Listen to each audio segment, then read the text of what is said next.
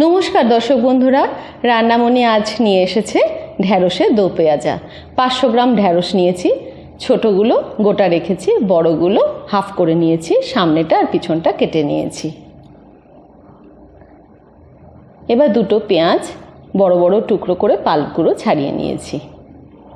এই আমার আদা বাটা, খানিকটা বেটে রেখেছি, পরিমাণ মতো দেব। এখানে দুটো টমেটো আমি টুকরো করে নিয়েছি, 2 টেবিল চামচ টক দই আছে, আর দুটো পেঁয়াজ ছোট ছোট কুচি করে নিয়েছি।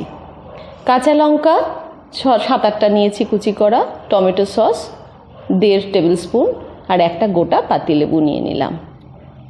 ফোড়নের জন্য জিরে আর তেজপাতা। এই মশলাদানি দেখুন, আমার হলুদ, নুন, মিষ্টি, জিরে গুঁড়ো, লঙ্কা গুঁড়ো, সমস্ত গরম মশলা যাবতীয় এই মশলাদানিতেই আমার থাকে, পরিমাণ মতো দেব।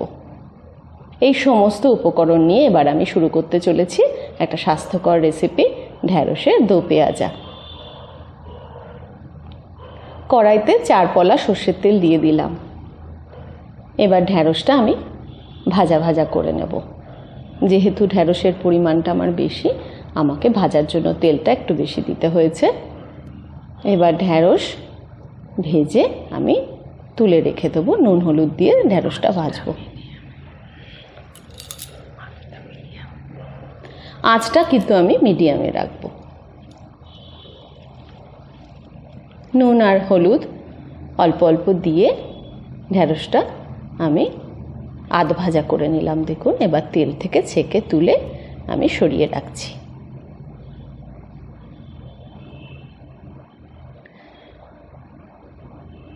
এবার ওই তেলেই আমি বড় টুকরো করে কাটা যে পেঁয়াজগুলো, সেগুলো দিয়ে দিলাম।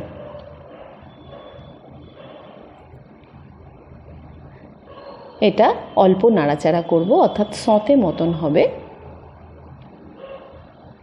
দুটো টমেটো টুকরো করে নিয়েছিলাম বড় বড়, তার থেকে অল্প কয়েকটা টুকরো দিয়ে দিলাম এই পেঁয়াজের সাথে। অল্প নাড়াচাড়া করে এটাও তেল থেকে ছেঁকে তুলে রাখলাম। এবারে বাকি তেলটুকুতে জিরে আর তেজপাতা ফোড়ন দিয়েছি।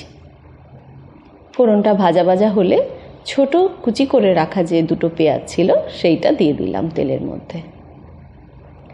এবার এই পেঁয়াজটা অল্প নুন, চিনি, হলুদ খুব অল্প অল্প পরিমাণে প্রথমে দিচ্ছি, দিয়ে নাড়াচাড়া করছি।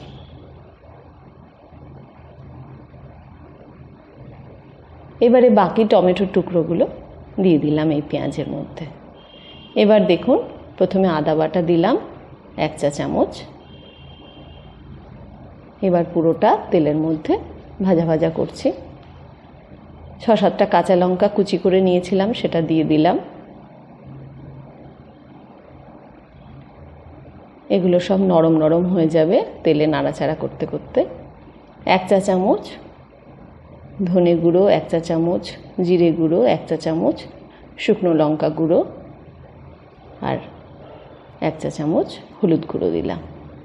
অল্প মিষ্টি দিয়ে দিলাম। এবার একটু জল দিয়ে মশলাটা কষাবো।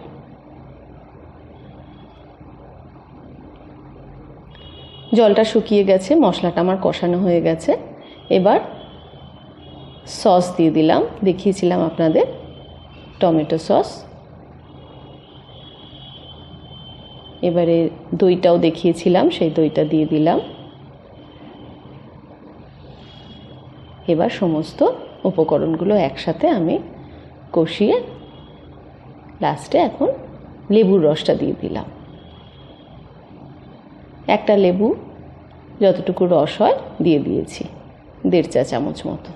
এবারে আমার তুলে রাখা যে সমস্ত উপকরণ ছিল, অর্থাৎ ঢ্যাঁড়স, পেঁয়াজ, টমেটো সমস্ত দিয়ে অল্প জল দিয়ে দিলাম, কারণ ঢ্যাঁড়সের তরকারিতে জল বেশি দিলে ঢ্যাঁড়সগুলো নরম হয়ে ভেঙে যায়, তখন দেখতে একদম ভালো লাগে না। 1 চামচ গরম মশলা জলে গুলে রেখেছিলাম, দিয়ে দিলাম। এবারে মিডিয়ামে আমার নাড়াচাড়া। যখন আস্তে করে জলটা শুকিয়ে যাবে, তখনই আমার এই প্রিপারেশনটা তৈরি হয়ে যাবে। এটা ভাত দিয়ে, রুটি দিয়ে খুব ভালো লাগবে খেতে। খুবই টেস্টি একটা রেসিপি এটা এবং স্বাস্থ্যকরও বটে। আপনারা খেয়ে দেখবেন, খুবই ভালো। আপনারা খেয়ে বলবেন কেমন হয়েছে। লাইক শেয়ার সাবস্ক্রাইব করবেন। ভালো থাকবেন। আজ আসি, ধন্যবাদ।